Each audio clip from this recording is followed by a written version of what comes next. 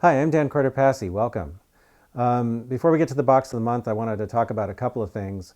I don't really have anything new to report on the train room. We're still finishing up the demo part of the exercise, and hopefully soon we'll be progressing to the next phase, which is starting to construct things, which I'm really looking forward to. Another thing I wanted to talk about is the reviews. For one thing, I did my first review recently of something that wasn't a train, which was the ESU Loc Programmer. And of course, I had to come up with some different categories for things because it doesn't make any sense. And I think some people joked about this, but it doesn't make any sense to evaluate coupler height on a piece of computer equipment. So you know, it's a little different, but I think it went pretty well, and I may from time to time do something like that again. I did want to talk about the review process though, because I've gotten some. I don't know. Once in a while, I get people who seem to think I'm too hard on a model, maybe because it was a model they really liked or something. I really work hard to try to run everything through the same set of standards, and to be fair and apply the same tests and everything to every model. But one thing I thought of doing that doesn't really change the scoring system, because I'm a little hesitant to change the scoring system, but would be to put models into categories, kind of like maybe high-end model or mid-range model. I don't really review much of anything that's, I would say, below or mid-range model typically, because I'm just not interested in that kind of stuff for myself. But it wouldn't change anything, and I've already been kind of doing this informally anyway.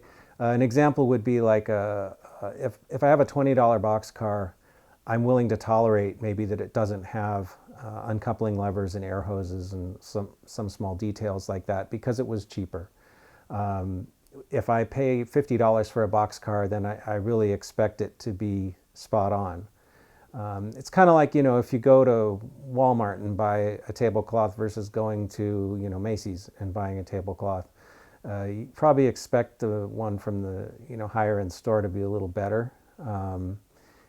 Or maybe, the difference between buying an economy car and buying a Cadillac, I think the expectations when you spend more on something are higher. So I don't know if this would, I'm kind of interested to see what anyone thinks of this idea, if you think it would be useful, or just adding to the confusion, But basically it would be like, a high-end model scoring 80 points might actually end up being more impressive than a mid-range model scoring 90 points, because, the bar is set a little higher for the high-end model. So anyway, that's just kind of food for thought and something I've been thinking about. So if you have any comments on that, let me know. I've been running a little bit behind in answering comments, but I will get to them. So anyway, I think that's about it for now, and let's get to the box of the month.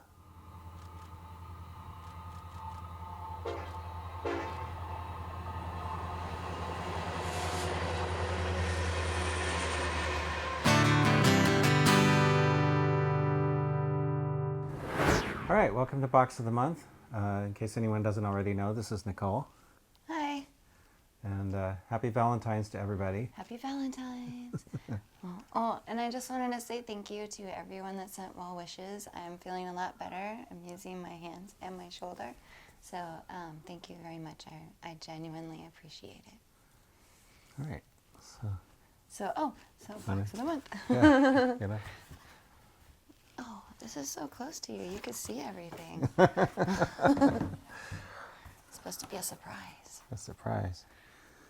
Okay, looks like we got some projects in this box. Ooh, projects.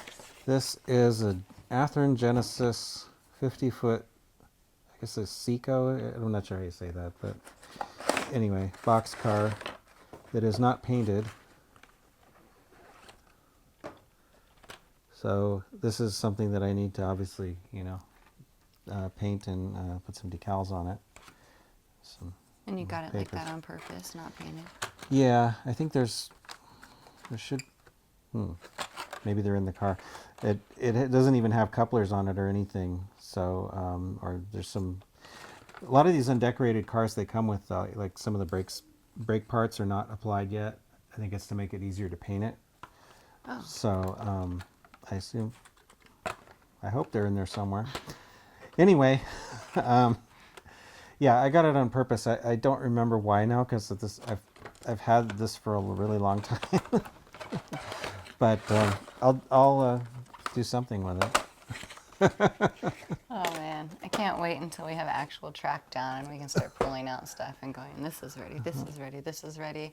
Hang on, not so fast.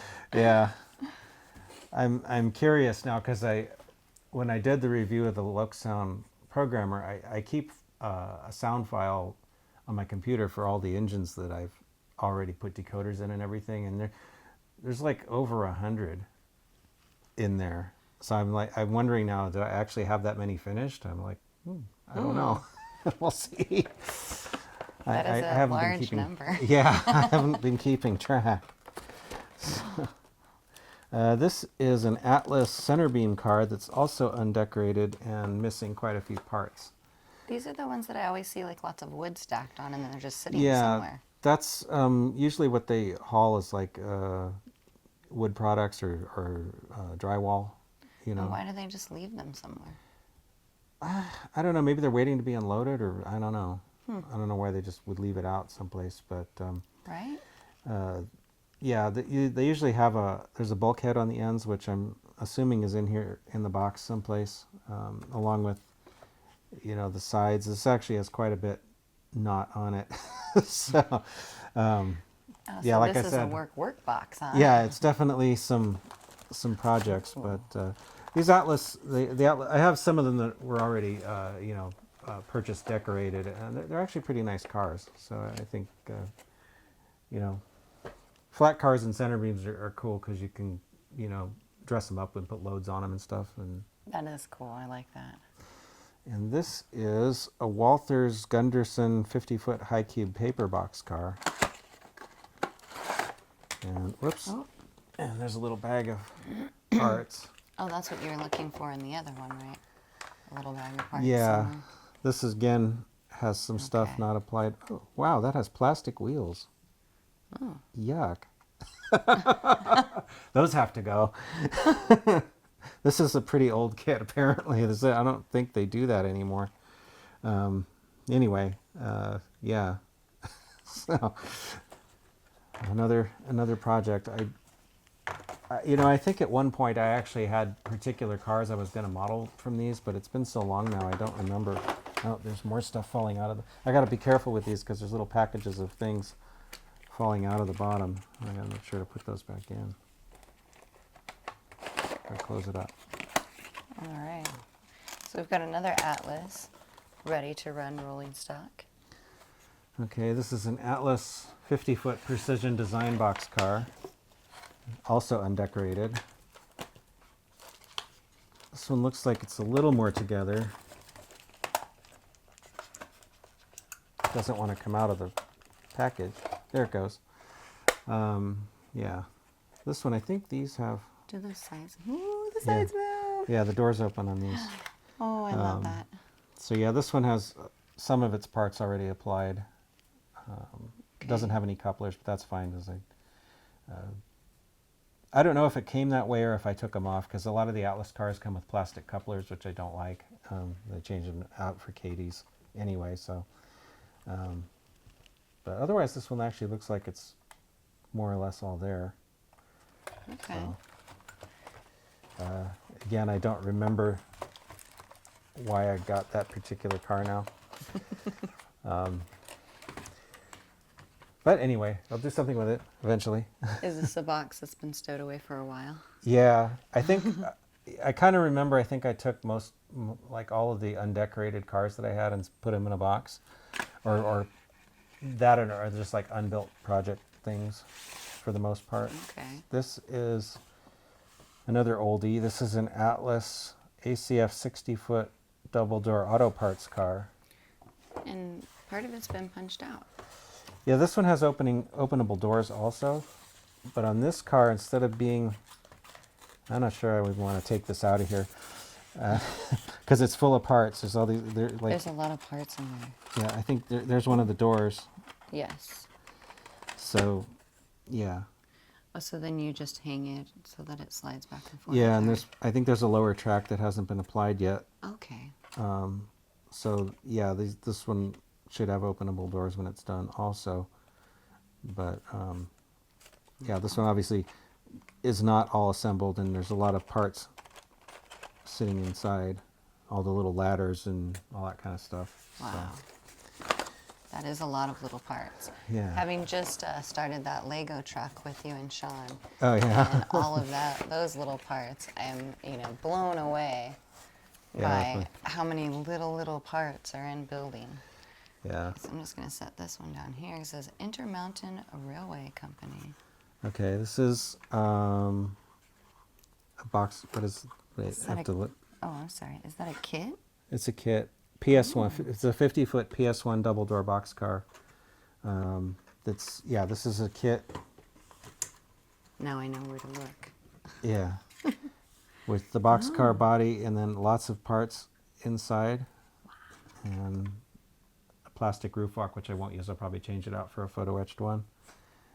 But then the roof is here too. So this is, this is, definitely not one of the old shake the box kits. This is a actual, Yeah, kit that's that a requires lot some of work. work. Yeah. So Wow. anyway, Dedication to your craft. All right, this one says Red Caboose. Red Caboose. What is this? That part that I'm showing you. Oh, it's still at the end. Oh, Pacific Fruit Express refrigerator car. Okay. Refrigerator car. Oh, this is like a wood refrigerator car. I think I got this to be part of my 1950s train car fleet and then didn't have time to finish it. So this one's just been kind of sitting here. But it's still wrapped in tissue paper. Did you wrap it like that? No, it came that way. Came like that. Yeah, so it's orange. There's Marley photobombing us again. Hi, Marley. Anyway, it's it's just your basic old time refrigerator car. Lots of parts, little parts bags, roof. So, yeah, bit of a project. Wow. There are really some tiny parts in there. Yeah, there's a lot of little parts, so make sure they all go back in the box. When I do get around to building it, I want to make sure everything's there. Yes, I agree. Here's another Intermountain Railway Company. Here you go. Well, these boxes are the same that I'm going to bring out right now. Okay, this is a 4750 cubic foot 3-bay covered hopper,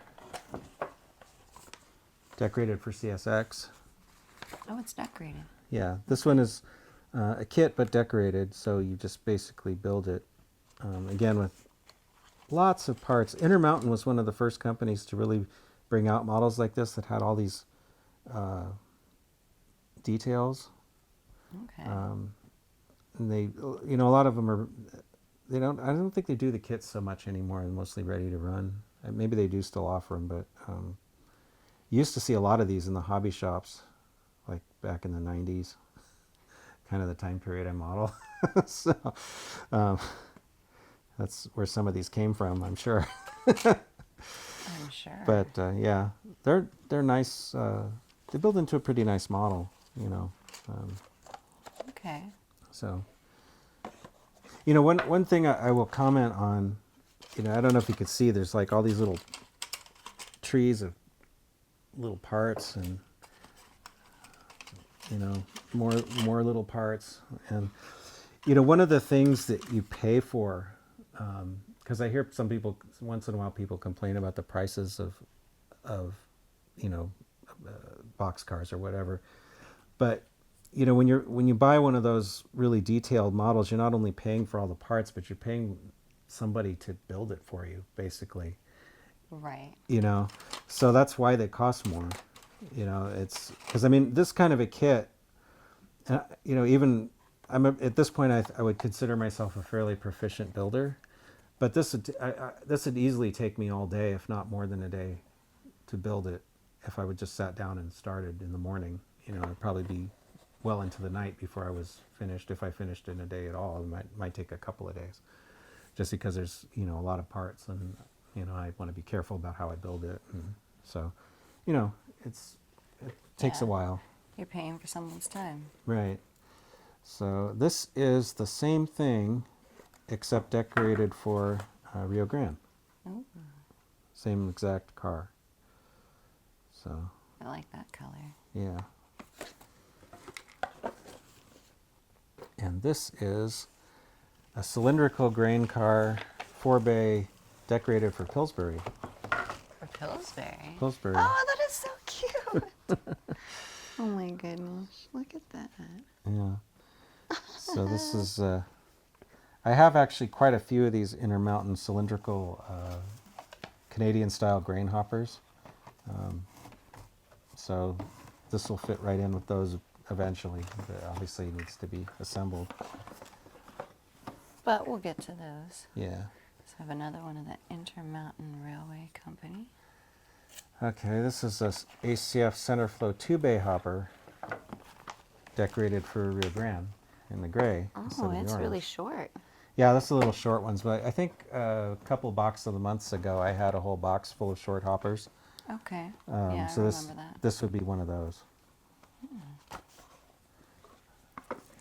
Like that color, it looked really sharp. Yeah. This is a 4650 cubic foot 3-bay hopper, undecorated. Oh. Yeah, and That is gray. With again lots of little parts. So also painting too. Yeah, I mean, you have to think about all that stuff. Trucks with plastic wheels that I need to replace. I'm really glad everyone has gone to metal wheels these days. They really are better. Oh, this is an interesting one. This is a souvenir from the 2000 NMRA convention, which was in San Jose. I think it's the only one I've actually attended because it was local to me. This was one of their convention cars that I got as a souvenir. It is a Southern Pacific gondola, which has some assembly required. This this actually has plastic and wood. There's wood pieces that go in and fill in the sides. So on the real cars, all this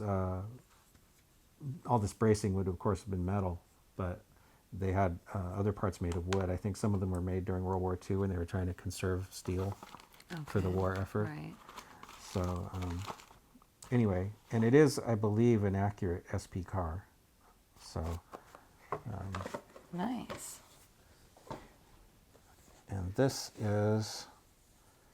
is another convention car, but one that I didn't attend. It says PCR Valley Zephyr 1998 limited edition run.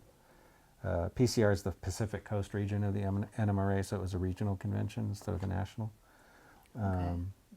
But this is decorated for Foster Farms, which is, there's actually a Foster Farms elevator, I think, somewhere along Highway 99 down in the valley in California Central Valley.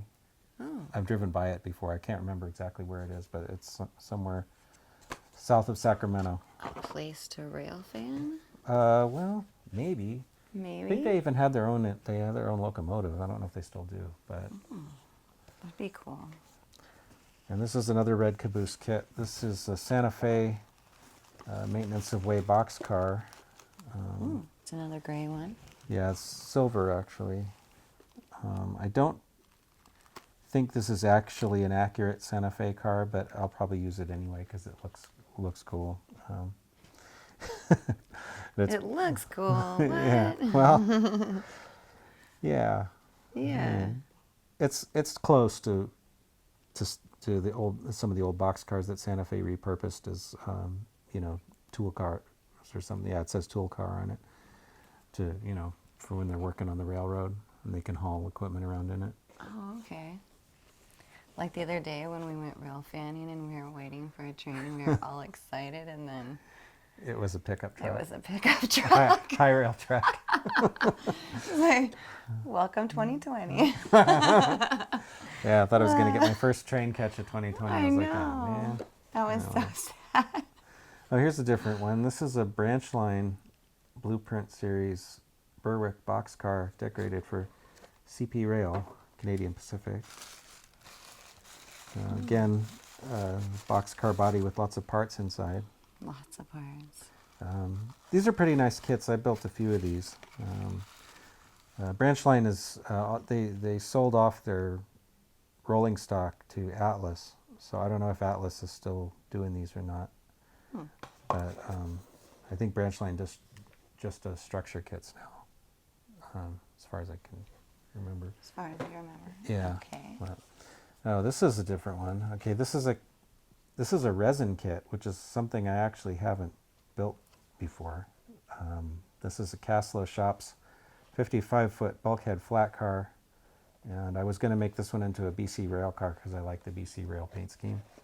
Okay. British Columbia. And this is A lot of pieces too. yeah, there's some plastic pieces in here, but a lot of the parts are resin, so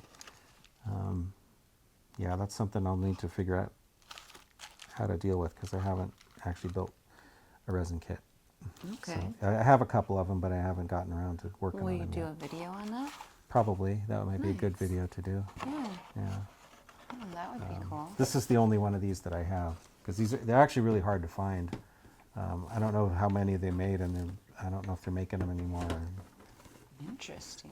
I remember scouring eBay to get one of these years ago, and then of course it's been sitting in this box. Well, we will change that, won't Yeah. we?